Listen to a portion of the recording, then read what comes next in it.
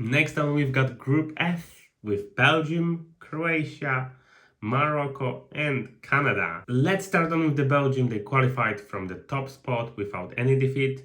Of course, most will depend on the Kevin De Bruyne. If he's able to replicate his form from Manchester City, they will be really tough to beat. But unfortunately for Belgium, this is the only bright thing about this squad. There is all defense, Toby Alderweireld and Jan Vertonghen, 33 and 35.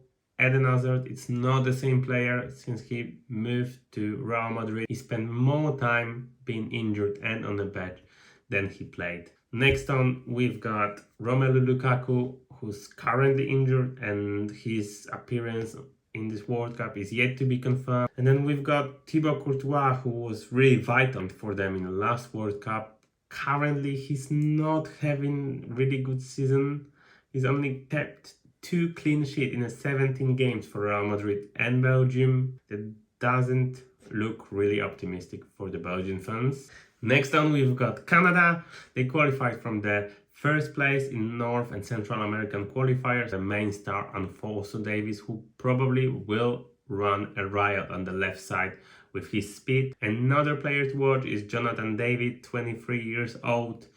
Lille striker has already 9 goals and 3 assists in 15 games. They scored 53 goals in 22. Most of all of the national teams ahead of the Germany, they scored 50. If you check the team they played against, some would say it was easy for them. I still believe this is a massive achievement for this team.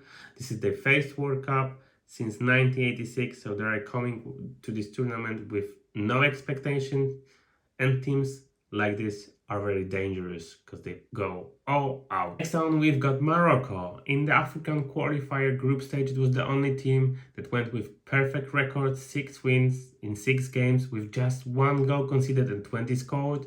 This is an amazing record. Then they beat Congo on aggregate 5-2 to secure World Cup spot. They reached quarterfinals of the last African Cup. In friendlies before the World Cup, they beat Georgia 3-0, Chile 2-0. They lost to USA 3-0 and they drew goalless with Paraguay. Starman, right back, Achraf Hakimi. He's probably one of the best players at his position in the whole world. He's having massive impact, defensive and offensive, on the game, as we can see in PSG in current season. Another starman, Hakim Ziyech, is not particularly having a good season himself. He just played 5 games for Chelsea with no goal and no assist. The last World Cup actually didn't went really well for them, as they lost first games against Iran after an own goal.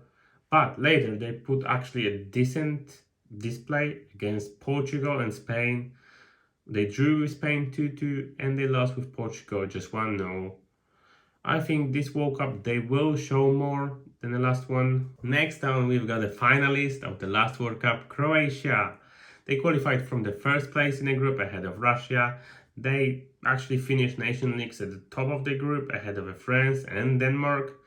This team still looks sharp, but it's not the same as in 2018. I see some big names missing, like Mario Mandzukic, Ivan Rakitic. And to be fair, on paper, I don't see a player who steps in the shoes.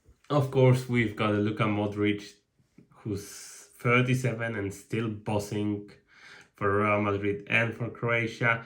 This is definitely the last World Cup for him. And we can see some other older players like Dejan Lovren or Ivan Perisic, who was amazing at the last World Cup. Even though the squad is older and, like I said, I don't see younger replacement for them, I still think there is high expectations of them and they will qualify at least to the quarterfinals. My final prediction for Group F: Belgium top spot, 2nd Croatia, 3rd Morocco and 4th Canada.